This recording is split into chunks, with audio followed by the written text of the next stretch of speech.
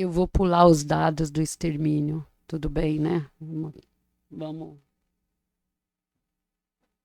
É, vamos mais para frente. Aqui só, primeira publicação que eu acompanhei, né? Fiz um artigo que eu acompanhei as postagens das mães em luto no Facebook.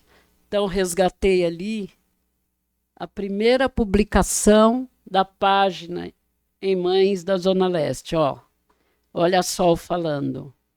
Mães, vamos juntas lutar por justiça, pelas mortes dos nossos filhos. Sabemos que a segurança pública já mataram muitos, infelizmente vão continuar matando.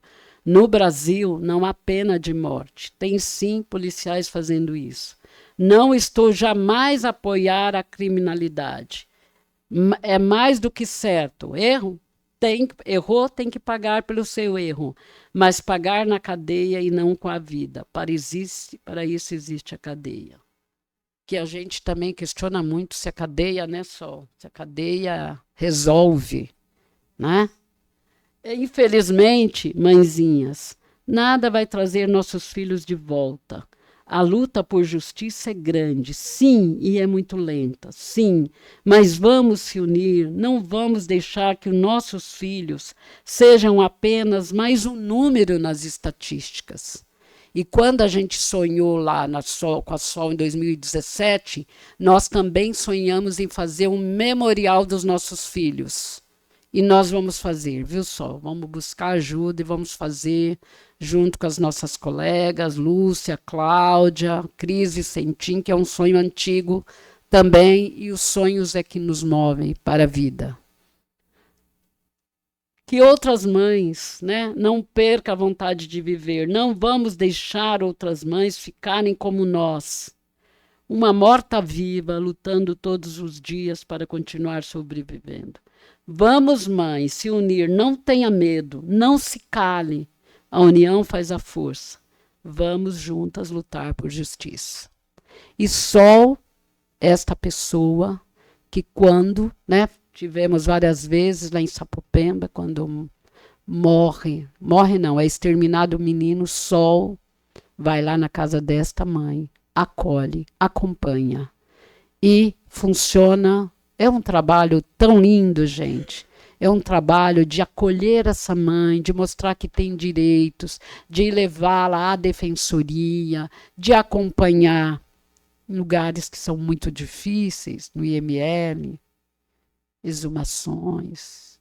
Eu não sei de onde consegue Sol, né, levar tamanha luta, né, que não é fácil. Vamos lá. Aí, alguns eventos nossos.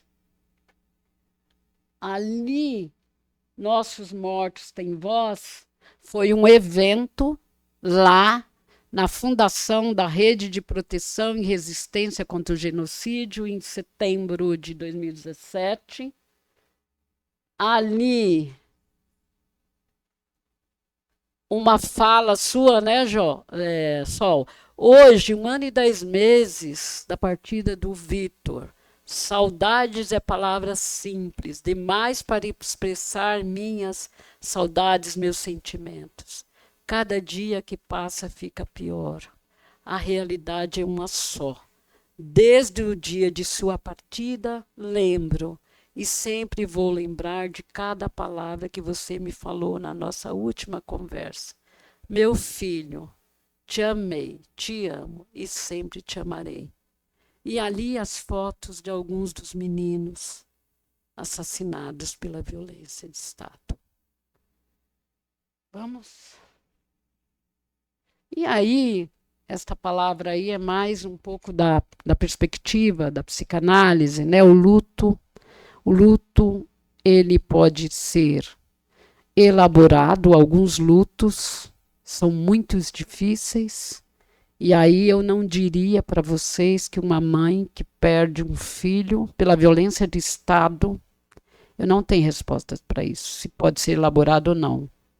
Mas entendo que o movimento social, ele ajuda a fortalecer os vínculos, e aí estou falando da minha pesquisa etnográfica, a vivência mesmo, né? Como pessoa, como psicóloga, que atende pessoas enlutadas por violência policial, os grupos, e aí o grupo Acolher, por exemplo, que fazem essas mães no grupo Acolher, e mães familiares, por exemplo, da tragédia anunciada de Paraisópolis, como têm sido esses rituais na tentativa de ressignificar o luto. Tentativa, tá? Não vou dizer que alguém, e a Sol, não fala em nome das mães, porque não tive.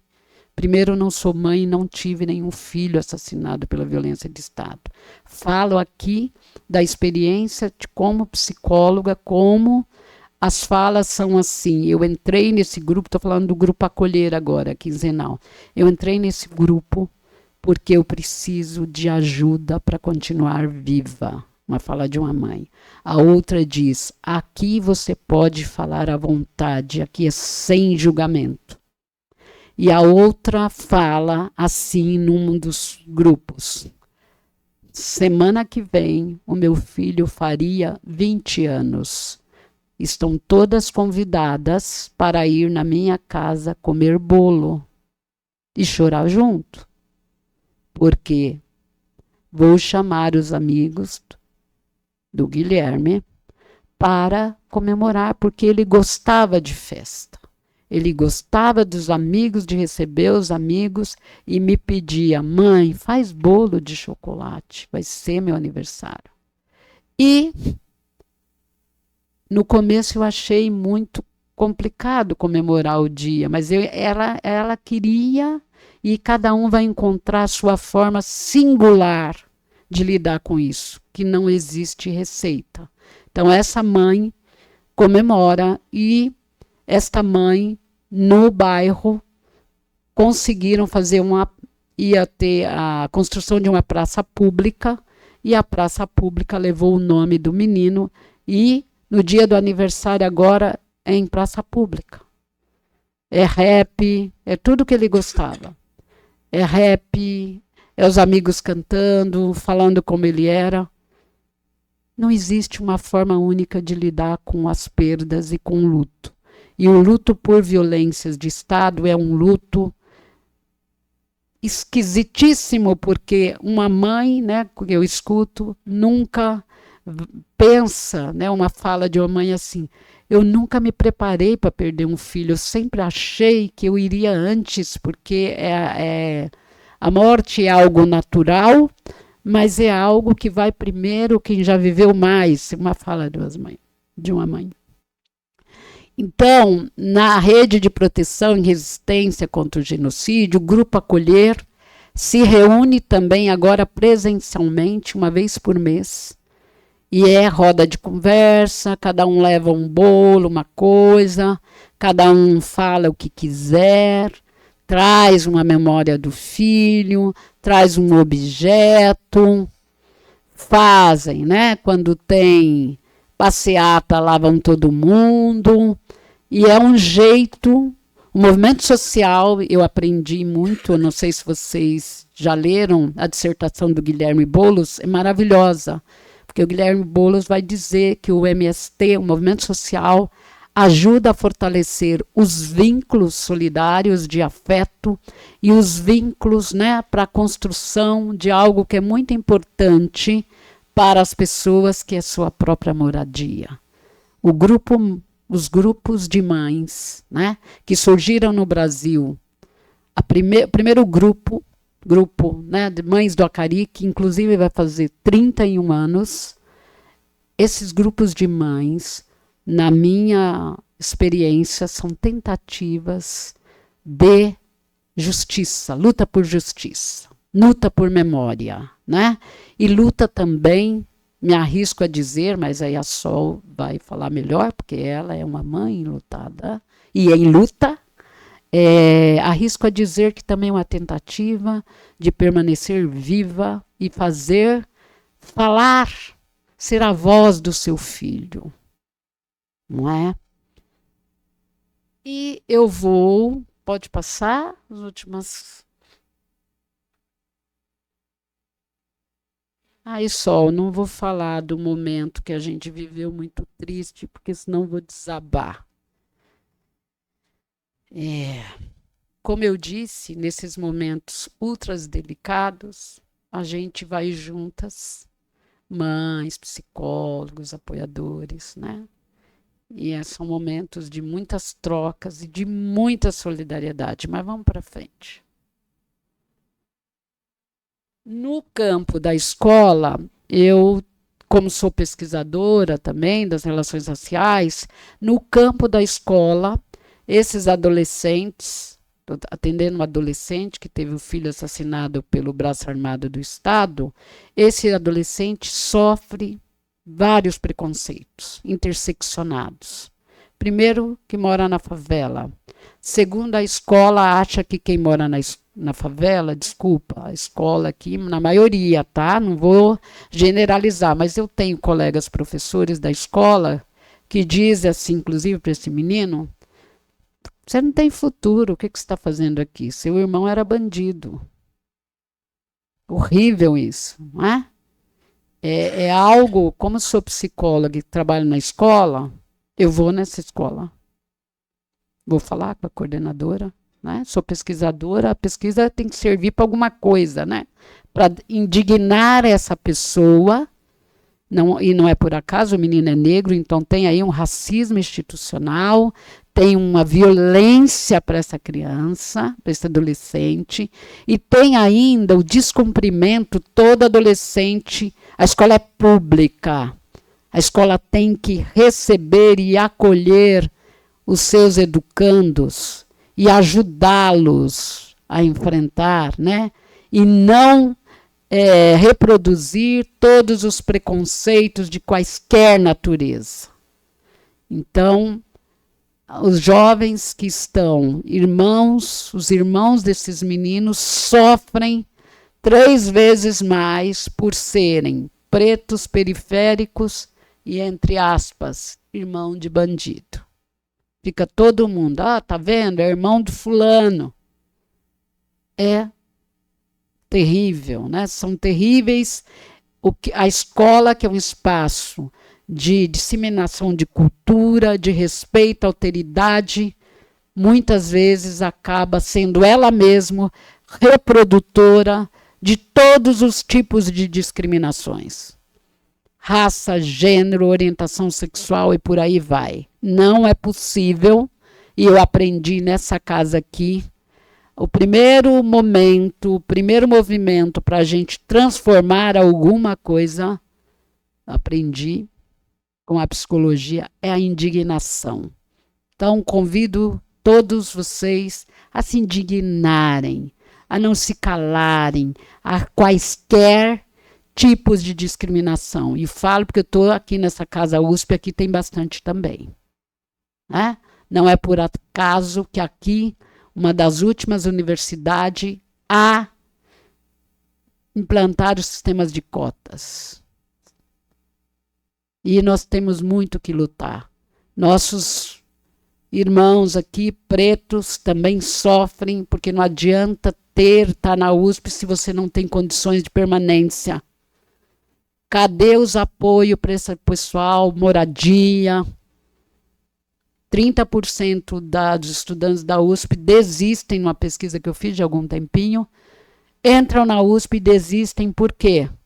Porque não é só entrar na USP. Precisa ter assistência estudantil, né? Precisa ter um trabalho sério de enfrentamento ao preconceito aqui dentro dessa universidade.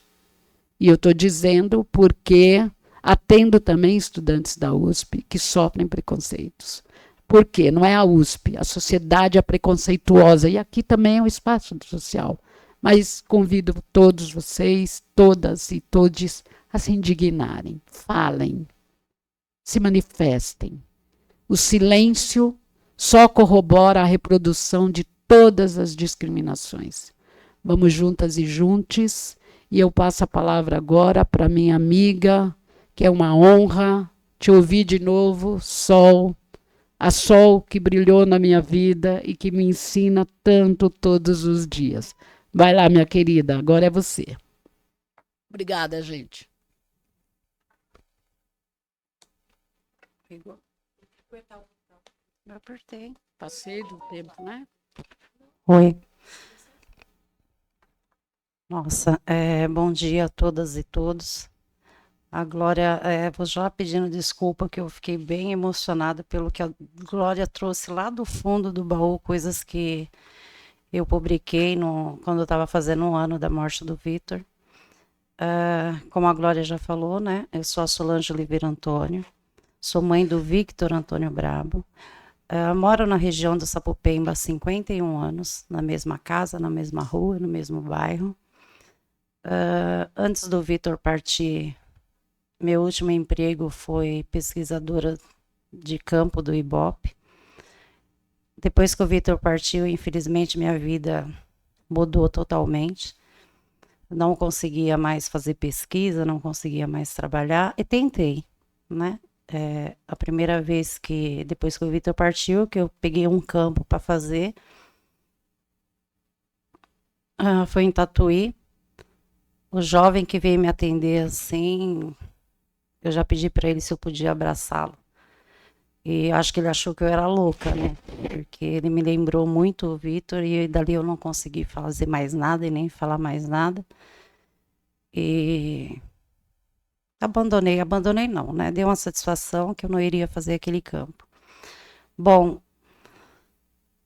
o Vitor, ele foi executado no dia 3/3/2015 por um policial civil. Ele tinha acabado de completar 20 anos. Ele completou 20 anos no dia 6 de fevereiro. Eu tenho mais 2 filhos, né? A Carolina com 33 e tenho o Gustavo, que vai completar 21 anos. Hoje o Vitor está com 28 anos no plano espiritual. Ele me deixou uma filha, onde é a minha neta, a Hillary, onde eu crio ela desde quando ela nasceu. E como eu falei, né, a minha vida mudou totalmente. Eu fiquei, não era louca, eu fui conhecer a dor insuportável que eu carrego ela até hoje, né? Que falam que a dor do parto dói, dói. Não vou falar que não dói, mas essa dor eu não sei nem o nome que eu dou para ela. Eu fui atrás do que tinha acontecido, porque como eu sempre morei naquela região, já muitos jovens já foram executados, e eu fui atrás para saber o que tinha acontecido com o meu filho e fui onde tinha que ir. Ficava todo dia eu ia no DHPP, aonde a gente é muito maltratada, desde a delegacia. Quando o Vitor partiu, eu não consegui ir no IML, porque me doparam. Tanto que umas amigas mais próximas falavam agora só endoida, né? Porque eu e o Vitor amo meus 3 filhos, mas eu e o Vitor, nós tínhamos uma ligação diferenciada, né? Eu não sei explicar, entre o céu e a terra, muito mistério, e não cabe a nós de comedor de arroz e feijão tentar adivinhar ou entender, porque senão a gente endoida mais ainda.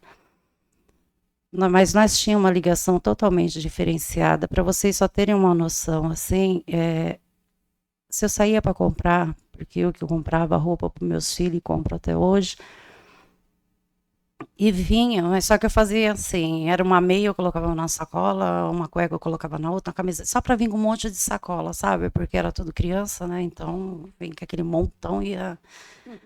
Aí eu entregava para Carolina, ela já abria, ai mãe, não gostei desse. O Vitor, ele já pegava aquele monte de sacola, ele já vinha, me abraçava, obrigada mãe, obrigada. Ele nem sabia o que tinha dentro.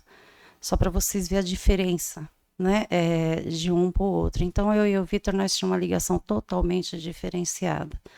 E hoje, com a partida dele, conhecendo outras mães, outros casos, uma coisa eu falo para vocês com certeza. Quando eles vêm com a missão curta, eles são diferenciados. Eu não sei, mas todas as mães que eu conheço, infelizmente não são poucas, é isso. Eles são muito diferenciados, eles querem tudo para ontem, é o mais carinhoso, é o mais atencioso, é o que dá mais trabalho também, sabe? Mas eles são muito diferenciados. Eu coloquei na rede social, eu queria conhecer mães que tivessem perdido o filho igual a mim, porque eu queria saber o que elas fizeram, porque eu queria fazer também. E nisso eu consegui laudo de necrópsia, DIC, um monte de laudo que tem, tudo sozinha, porque eu não tinha conhecimento de nada disso. O Vitor foi a primeira pessoa que infelizmente partiu na minha família. Então eu não tinha esse conhecimento, mas o Google me ensinou isso, né? E a dor. Quando eu encontrava uma mãe, eu levava ela, marcava com ela na minha casa. E eu nem sabia se era mãe, se não era, mas eu marcava com ela na minha casa. Então, o pouco que eu sabia, ela não sabia nem um terço. Então, dali eu comecei. Já fui com mãe para pegar o boletim de ocorrência, já acompanhei mãe desde o ML. E nisso, meus filhos começou, a minha filha principalmente, ela falou assim um dia para mim, mãe, não é legal isso. As mãezinhas vêm aqui, você tá até de boa.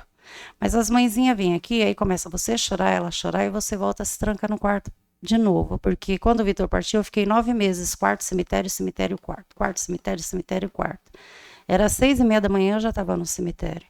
Eu saía do cemitério quando, lógico, peguei muita amizade no cemitério nesse decorrer, que o Bruno vinha e falava assim, Sol, a gente já vai fechar. Ou com sol ou com chuva. Quando era muito sol, eu nem sentia. Sabe onde eu ia sentir? Quando eu sentia vontade de tomar banho, porque eu fiquei sem tomar banho durante esses 9 meses, eu acho que eu tomava 2 banhos por mês. E não comia também. Só era cigarro. Cigarro e água, cigarro e água. Quando eu vinha do cemitério, assim que eu ia tomar banho, aquilo me ardia, sabe? Aquilo, aí que eu ia olhar no espelho, eu estava toda marcada. Ou então eu pegava a gripe, porque eu ficava na chuva também. Chegava em casa igual um pintinho. Aí minha filha falou isso para mim. Mãe, isso não é legal. As mãezinhas vêm, vocês começam a chorar, depois você se tranca no quarto, aí você não quer sair mais e não sei o que, não sei o que. E sempre teve o Centro de Direitos Humanos Sapopemba lá. A doutora Valdênia, muito antes dela ser advogada, com seus 16, 17 anos, ela fez muito por nós lá naquela região. Ela sempre lutou. Independente se era a polícia que tinha ameaçado um menino ou se era o crime, ela pegava aquele menino, ela levava até para casa dela, dali ela fugia com aquele menino, ela sempre lutou. E então é uma grande referência nossa lá, ela, o doutor Damásio, enfim, o Centro de Direitos Humanos. Eu fui conversar com o Damásio, fui saber o que é que eu tinha que fazer, essas coisas todas, e todo dia eu estava lá. Nossa, eu acho que eu perturbava demais, gente. Todo santo dia eu estava lá, que eu queria aprender. Hoje, eu nem terminei meus estudos. Eu vou voltar. Mas eu entendo até um pouco, sem estudo, sem nada, e aprendi na prática, eu entendo um pouco do direito, o criminal, né? E não menosprezando nenhum de vocês, é tão bom estar com vocês jovens, vocês não têm noção como isso é maravilhoso. Mas também entendo um pouco de psicologia. Aliás, uma mãe, eu acho que ela aprende a entender um pouco de tudo. E aí eu comentei com a Valdênia isso que minha filha tinha falado para mim. Aí a Valdênia falou assim, vem aqui, e me mostrou uma sala. Ela falou, a partir de hoje você vai atender suas mãezinhas aqui. Então foi o primeiro apoio que nós tivemos. Aí com 3 mães eu falei, vamos colocar um nome, né? Pra gente ir atrás de mais mães. Infelizmente isso tem. Aí foi onde surgiu o nome Mães em Luto da Zona Leste. Resumindo um pouco, não é fácil lutar. Não vou falar para vocês que eu nunca recebi ameaça, já recebi sim. O Provita também já entrou em contato comigo, já querendo me tirar da minha casa, logo no começo, porque se eu ando de ônibus, eu não tenho carro. Eu ia de ônibus para qualquer lugar, eu vi uma abordagem, eu descia no próximo ônibus, no próximo ponto, tendo dinheiro ou não para pegar o outro, e eu ficava perto dessa abordagem. Porque para mim, se alguém tivesse feito isso com o meu filho, quem sabe ele não estaria aqui. Então, eu enfrentava demais, assim, mas não do jeito que eu enfrento hoje. que a gente tem que ter muita sabedoria e hoje eu tenho um conhecimento. Antes não. Antes, se eu visse um policial agredindo, vixe Maria, eu já queria igual morder o pescoço dele igual de uma formiga, sabe? Aí eles sempre colocavam, eles paravam a viatura na minha porta, eles colocavam a lanterna, eles me encaravam. Aí a doutora do Centro de Direitos Humanos foi e colocou câmera na minha casa. Minha casa é uma casa humilde, mas parece o Big Brother, tem câmera para tudo que é lado. Depois disso, das câmeras, eles se afastou um pouco, aí tentaram entrar, né? Só que bateram palma, uma viatura só, tinha uma feminina, o policial chamou, bateu, apertou lá, bateu no portão, eu fui atender, a policial feminina, na hora que ela me viu, ela voltou pro carro que estava do outro lado da rua, voltou com uma pochete. Aí eu falei, boa noite, perguntei no que eu poderia estar ajudando, ele falou assim, não, é que um bandido entrou aí, a senhora autoriza a nossa entrada? Eu falei, não, eu não autorizo sua entrada porque isso não ocorreu. Né? Se fosse há um tempo atrás, nossa, aí quem ia ser preso era eu, porque agora fez um ano, a última vez, que veio 7 viaturas, deixou 3 casas para baixo da minha. Aquele pedaço onde eu moro na rua, assim, da minha casa, em umas 3, 4 casas para baixo, parecia formigueiro, porque não veio só 2 policial dentro de viatura, então era um montinho em cada lado, e veio 4 policial no meu portão, e antes deles tentarem entrar pela câmera ver, né, que eles já descem do carro, vem direto, e vai para lá e vai para cá, e olha nos buracos que tinha no meu portão, porque o meu portão era igual o muro da casinha dos 3 porquinhos, soprou, caiu, e ele abriu, né, o portão. Na hora que ele estava colocando o pé, minha filha estava acordada, tentando resgatar a conta dela no Google, que ela tinha perdido do e-mail. Ela ouviu o barulho do trinco quando ela abriu a janela da sala e falou para ele, não é assim não, você espera aí que eu vou chamar minha mãe. Aí ela foi no quarto, me chamou, já se tremendo toda, morrendo de medo. Eu falei, calma, Carolina, calma, vamos lá, eu vou lá, fica aqui, eu vou lá.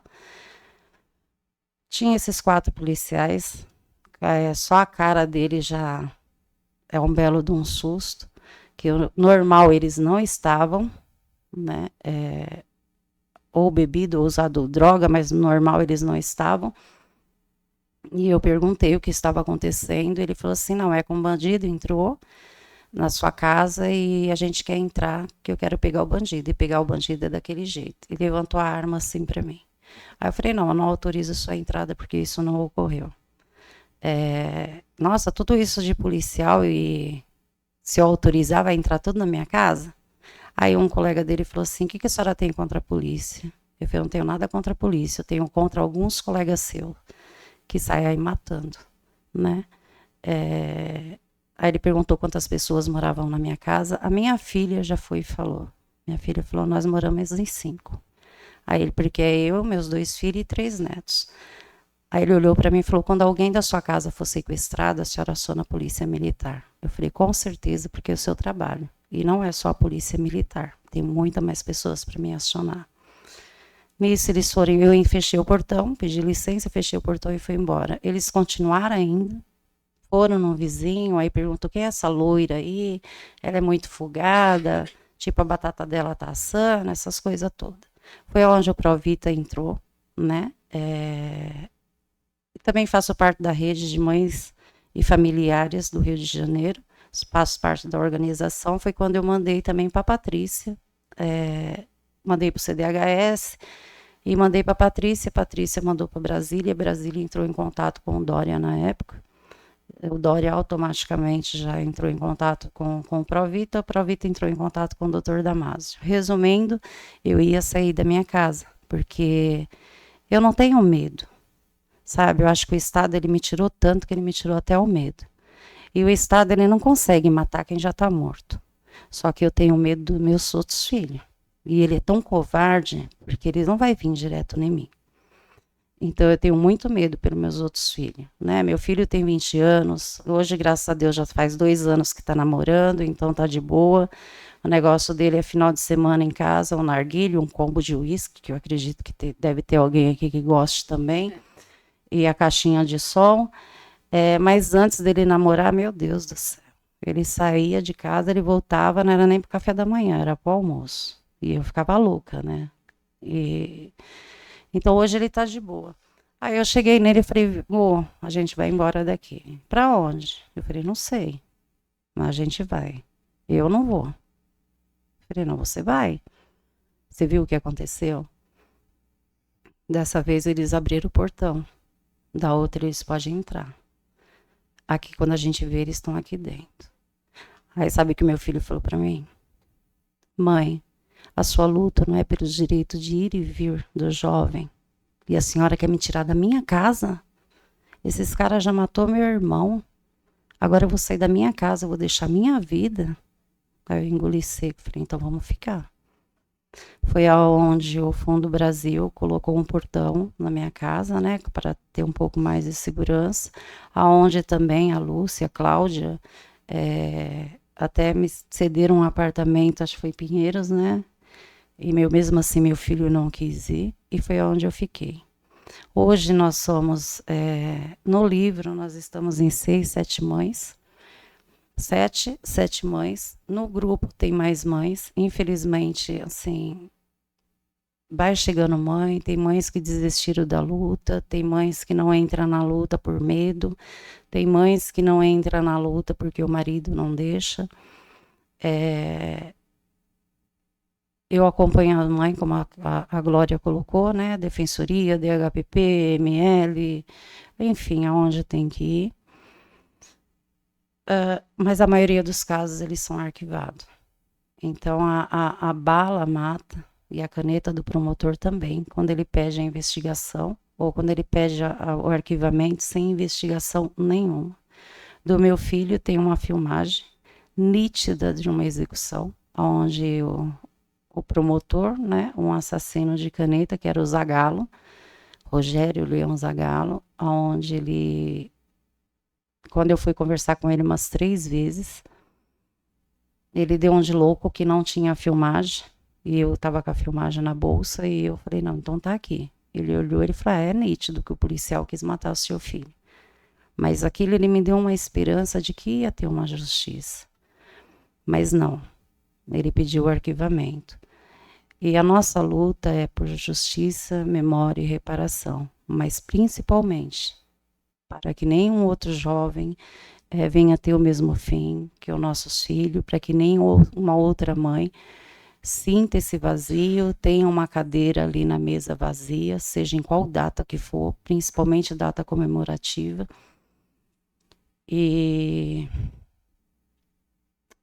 nossa luta é pro filho de vocês, é pro neto de vocês, é pro filho do seu vizinho. É o direito de ir e vir. Nós não lutamos para que outra lei seja feita, sabe? Mas que as leis que estejam seja respeitada. Porque eu acho que todo mundo aqui tem consciência de que não existe fazer outra lei. É uma luta, pode até existir sim, mas é uma luta, eu acredito, muito maior. Então a luta é que os jovens, principalmente da periferia, tenham o seu direito à vida. À vida. Já teve mães lá na Sapopemba, que levaram o filho dela para a delegacia, e ela foi até a delegacia, e lá ela, muito nervosa, sentiu vontade de ir no banheiro. Essa delegacia é a 69, ela fica bem próxima ao terminal Sapopemba. Ela sentiu vontade de ir ao banheiro, e dentro do banheiro ela foi estrupada por um policial militar. Infelizmente ela não quis fazer a denúncia, mas existe isso. Se um jovem lá está com a camiseta que tem a foto do menino que partiu, que é o que eles fazem para poder estar homenageando, eles apanham. Ah, é seu amigo? Então, você vai seguir o mesmo caminho que ele. Se eu te pegar na madrugada, você vai ver.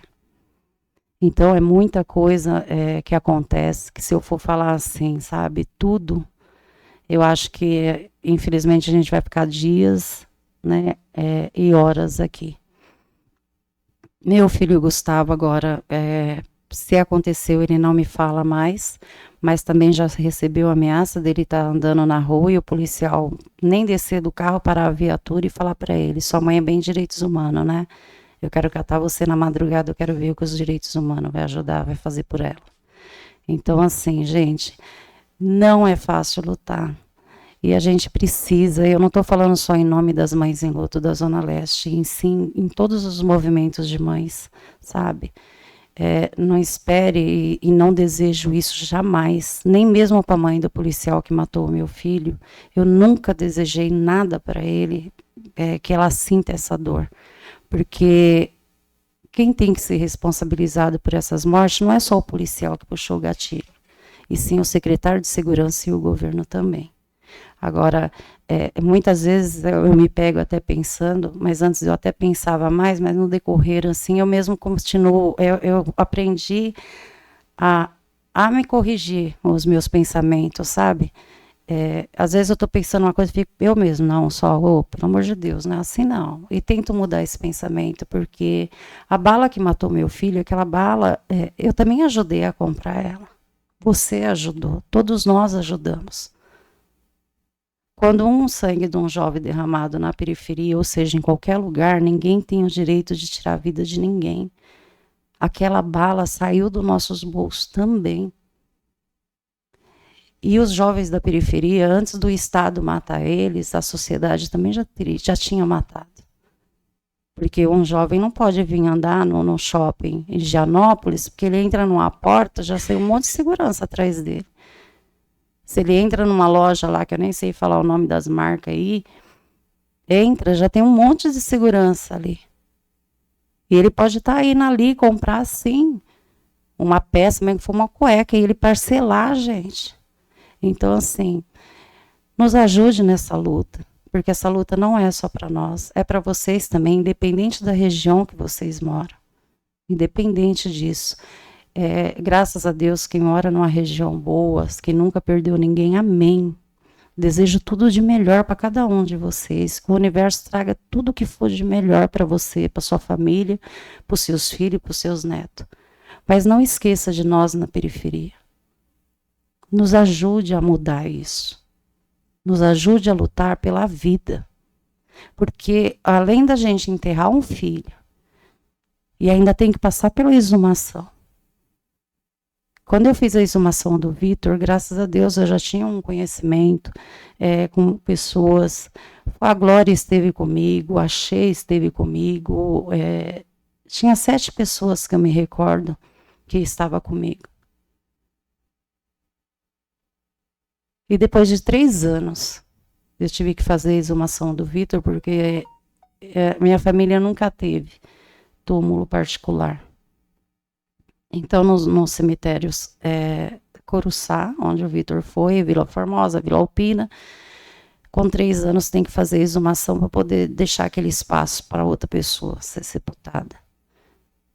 Quando eu fiz a exumação do Vitor, que eles me entregaram os ossos do Vitor dentro de um saco de lixo, e eu tive que pegar aquilo e levar para aquela caixinha, que hoje eu não consigo ir mais. Antes, eu ia, eu plantava, eu lavava as pedras, eu cuidava, e aquilo, não é que eu saía de lá, parece com, não é ódio ou raiva, eu não sei o que é, mas eu saía de lá tão assim, para encarar tudo de novo, sabe? Não de novo enterrar um filho, isso nunca, mas para lutar contra esse monstro enorme que é esse Estado. Hoje eu não consigo ir mais, porque eu não me conformo aquela caixinha. Quando tá sol, como com outras mães que eu converso, fica, nossa, tá bom calor só. Será que sente sede? Nossa, só hoje tá mó frio. Então, todos os dias são difíceis para uma mãe, gente. Todos os dias. Na minha casa, tem 8 anos que eu não faço mais o prato preferido do Vitor. Um doce que ele gostava demais era um bis maior, um azul. Nunca mais aquilo eu comprei. Se meus filhos comeram nesses 8 anos, eles não comeram dentro da minha casa, nem compraram para mim ver. Quando o Vitor partiu, a minha neta, que hoje tem 11 anos, a Hillary, ela tinha acho que 3 anos, ela me viu, pegou chorando, ela falou, vó, não chora não, quando eu crescer eu vou ser médica, eu vou trazer meu pai de volta. Hoje, com 11 anos, você pergunta para ela, Hillary, o que, que você vai ser quando crescer? Eu vou ser médica. Só que eu não pergunto para ela por que você quer ser médica, porque aquela fala dela lá atrás, eu não sei se ainda permanece com ela. E eu não quero ouvir isso. Então, assim, me desculpa aí o desabafo. É que realmente teve publicação ali quando eu fiz, eu não tinha o conhecimento que eu tenho hoje. Esse negócio de cadeia, também não apoio a criminalidade, mas hoje eu faria uma publicação diferenciada. O livro, esse livro ele foi muito importante, ele é importante, ele está quentinho, ele foi lançado em novembro, que ele saiu do forno, né? O nosso recurso que a gente tem para poder estar acompanhando mães ou participando de alguma coisa em outros estados é o livro. Era para nós, era para mim estar no Ceará, no júri do caso do Curió, que está tendo. Tem um outro júri marcado para agosto e um outro em setembro. Infelizmente, não fui por condições financeiras. Agora, dia 27, vai ter, né, uma passeata sobre os 31 anos das mães do Acari, que elas foram as primeiras mães a lutarem por justiça aqui no Brasil. Então, a gente está vendendo esse livro porque eu pretendo estar lá, porque é uma coisa muito importante, como todos os atos de todas as mães, mas principalmente das mães do Acari, porque foram as primeiras mães a nos ensinar o caminho e a coragem por lutar por justiça. Tanto que no livro tem uma homenagem, né, para as mães do Acari. E obrigada. Obrigada por vocês estarem aqui. Não digo perdendo tempo, mas acredito que vocês também estão aprendendo alguma coisa. Muito obrigada. Espero, sabe, que vocês, não digo agora, mas leve para casa esse pedido de ajuda, sabe? De ajuda para vir para a luta, de ajuda para ajudar os jovens periféricos sobreviver. Sobreviver. Que eles tenham o direito de estar na sua calçada, com o seu combo de uísque, com a sua narguilha, com sua caixinha no som alto, seja qual música que for para ouvir, seja um funk, seja um samba, seja um rap, o que for. Porque nem isso lá tem esse direito. Então, no momento é isso. Se tiver que me fazer alguma pergunta, pode perguntar. Se quererem também estar nos ajudando, ajudando o Centro de Direitos Humanos, sabe? Ser voluntário lá, estar atendendo, vai ser muito bem-vindo. A demanda lá é enorme. Como foi colocado, né? Tem uma garota que ficou cega porque estava no portão, levou um tiro de borracha no olho, e outros tipos de violência também. Como a gente também já acompanhou casos de feminicídio dentro do CDP na Palmares. Então, a demanda lá é enorme. Se puderem estar nos ajudando, sendo voluntário lá, vai ser um prazer. E vamos juntos, né? Dar a mão e unidos. Um dia nós derrubamos esse monstro enorme que é esse Estado. No momento é isso. Obrigada.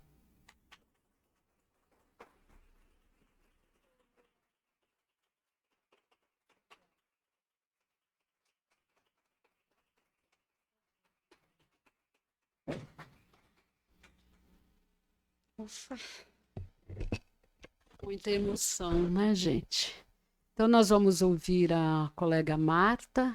Marta se apresente, né? Marta trabalha no sistema prisional, mas vou deixar ela se apresentar e depois nós vamos fazer um intervalo por café. E eu já vou pedir desculpas, gente, que eu vou ter uma reunião lá na Faculdade de Educação da USP, para um seminário que a gente está organizando. Então, eu tomo café com vocês. Depois quero agradecer o convite aqui da Gabi, das colegas discentes da psicologia, e dizer que estamos juntos, ombro a ombro, lado a lado, na luta por justiça, por memória, por reparação e por uma sociedade digna para todos, todas e todes. Tá bom? Então, vai lá com você, Martinha.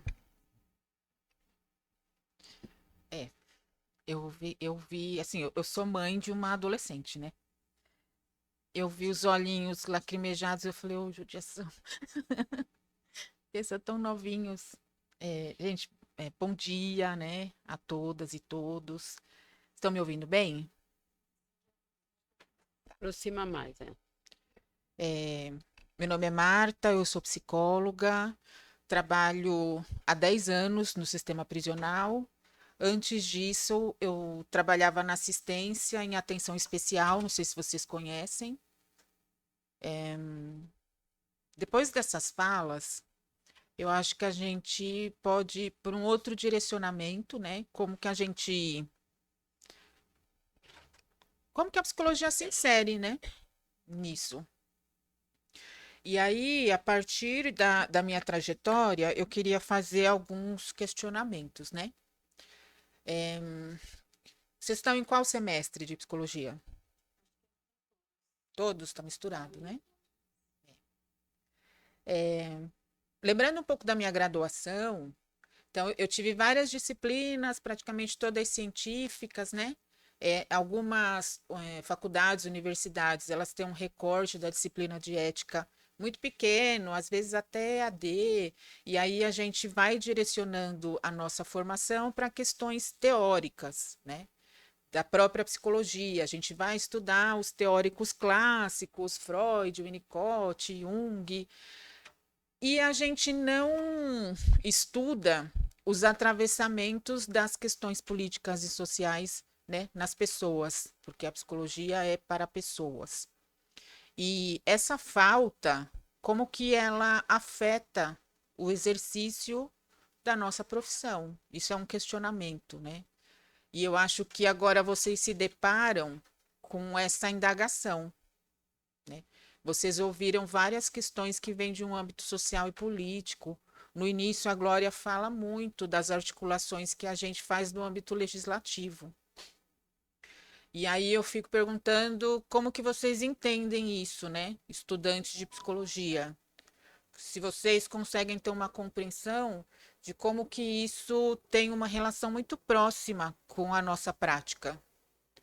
Eu não sei se vai dar para a gente dialogar, se a gente vai parar para o café e vai encerrar, se vai ter debate. Pode ter. O nosso horário aqui é Tá. Eu acho que eu já vou tentar fazer isso agora, né? Eu queria ouvir um pouco vocês. Só fazer o café, então. Tá. É que eu também vou ter um pouco corrida, mas assim, deixa ele falar, só para eu dar um encadeamento aqui. Pode falar.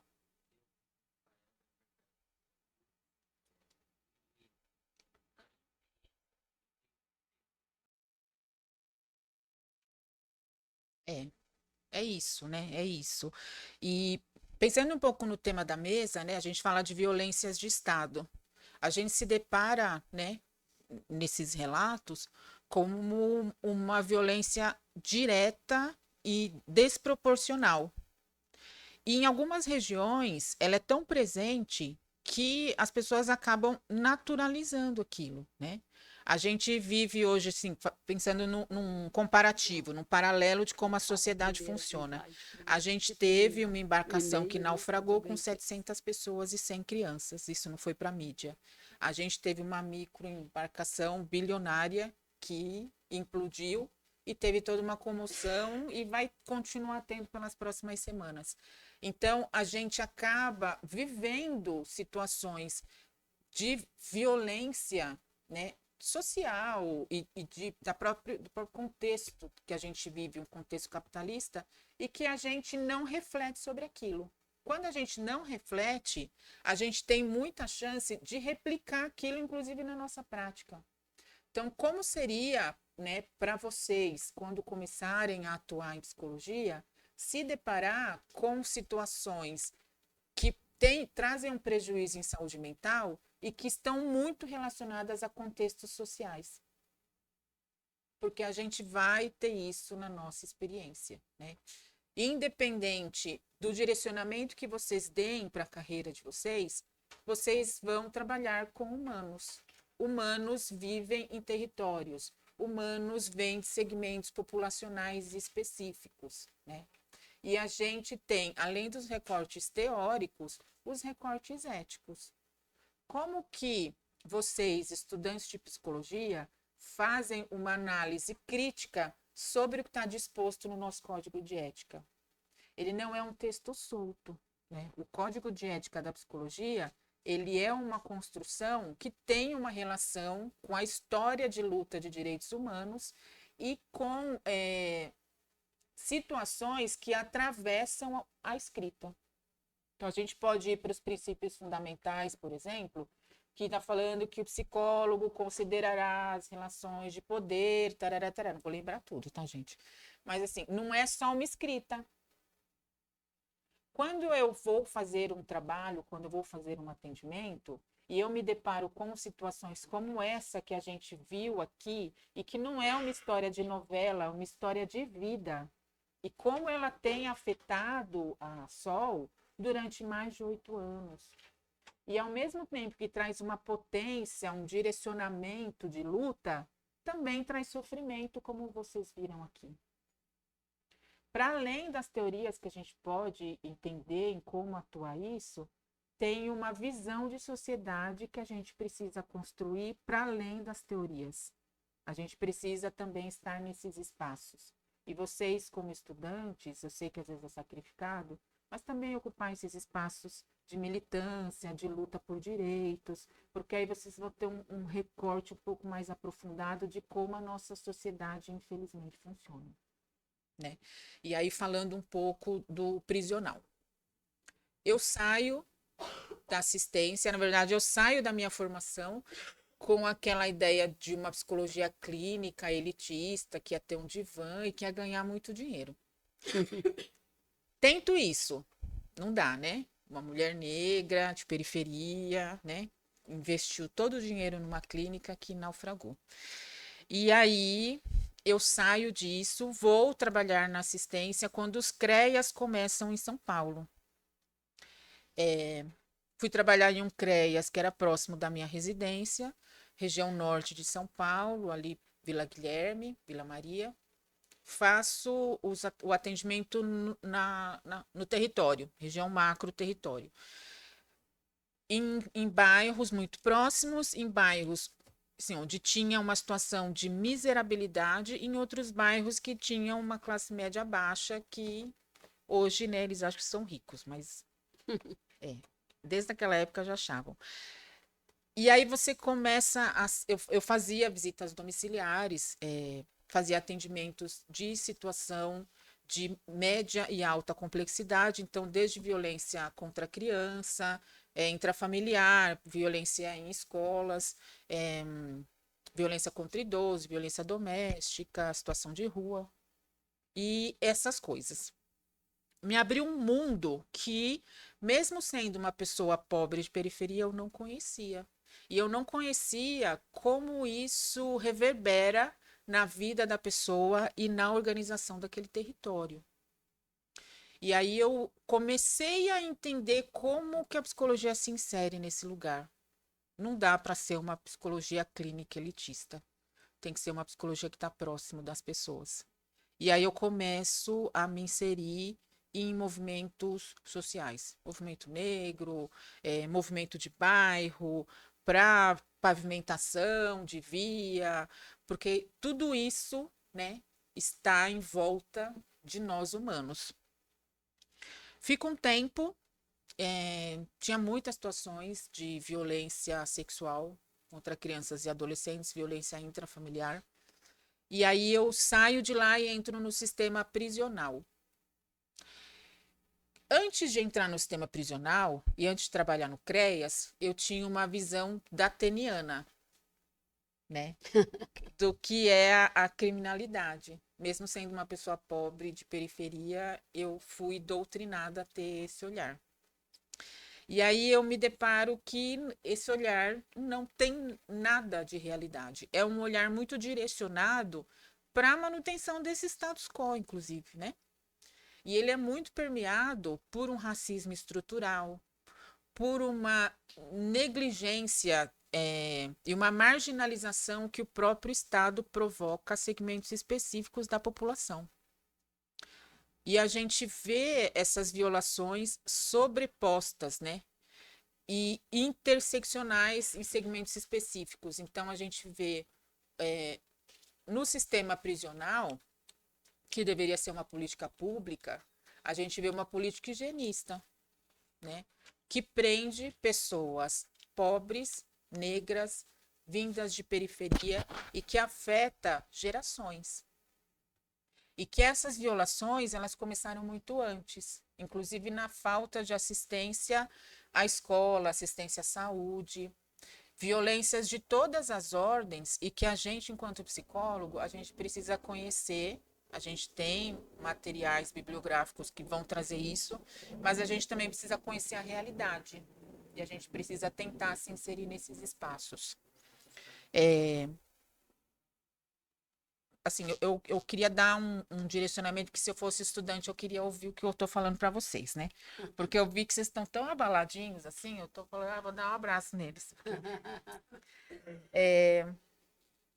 E aí, né, falando como conselheira, quando eu entro no CREAS, que eu não sei nada de assistência social, porque eu queria uma psicologia burguesa, eu falo, onde que eu vou procurar material, gente?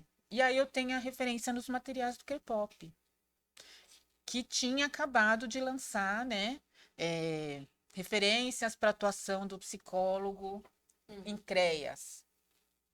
Acho muita coisa bacana. Não é tudo, não te dá todas as respostas, mas te dá um direcionamento bacana.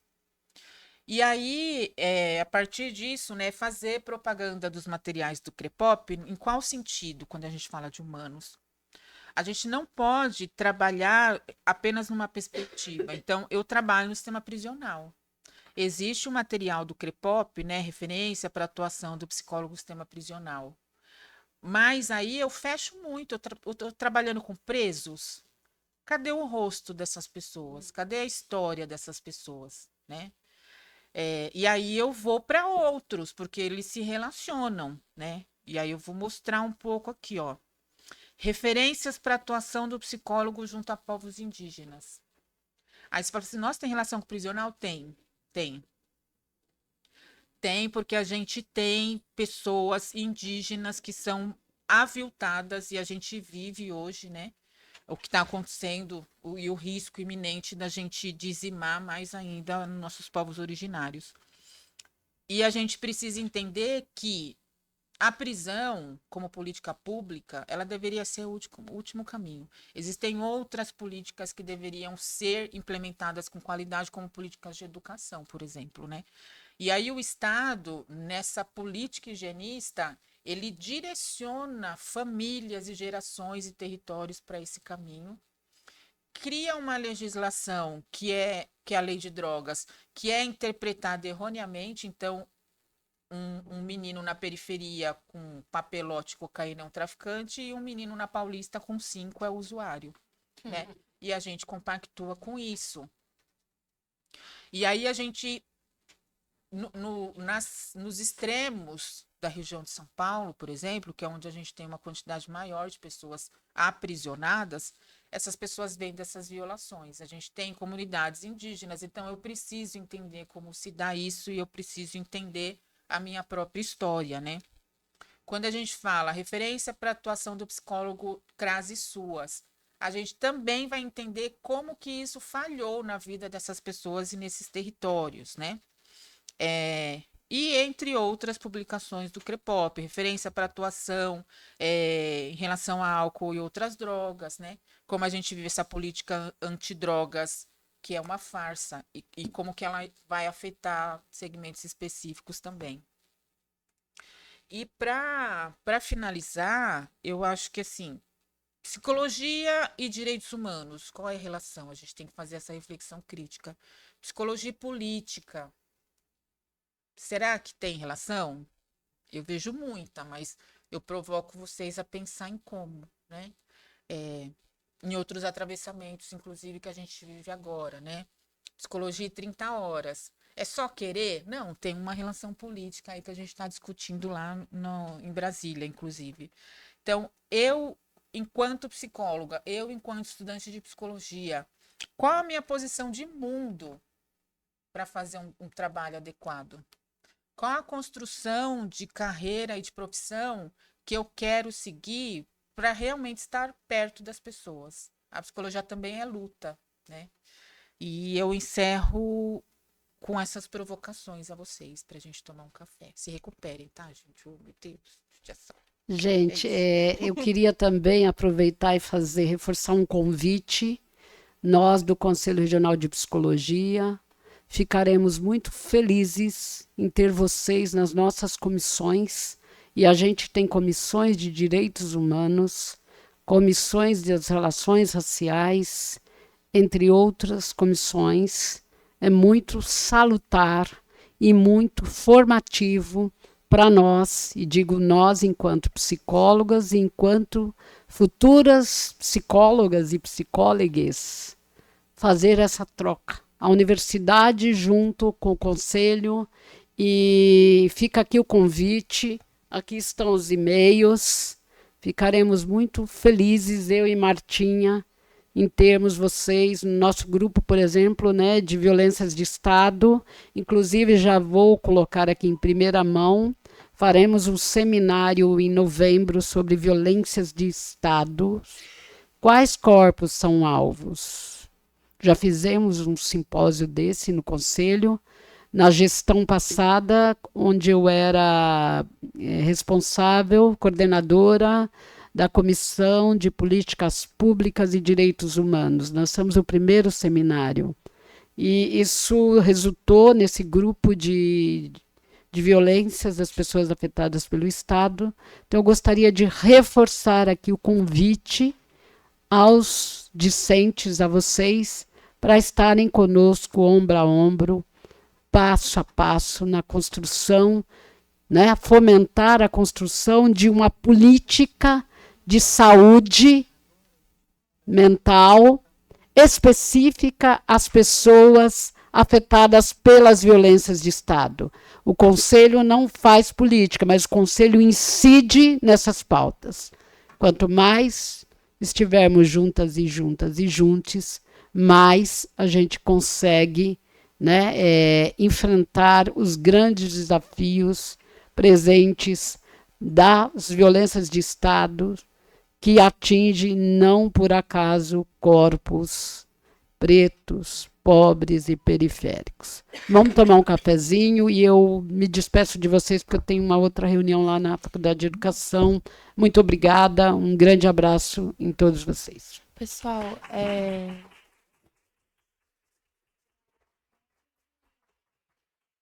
Obrigada, gente. E comprem o livro.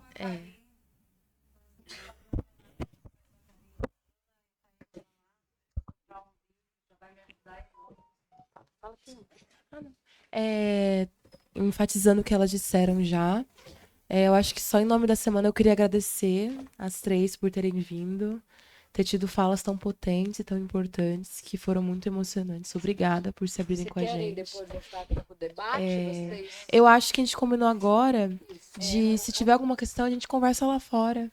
Num espaço que vai estar todo mundo tomando um café, tá bom? Ótimo. Então, eu acho que já pode dar como encerrado nesse espaço, mas pode se ampliar para outros, por e-mail também. Obrigada, meninas, por dar esse espaço pra gente, que pra gente é muito rico, podem ter certeza disso, tá?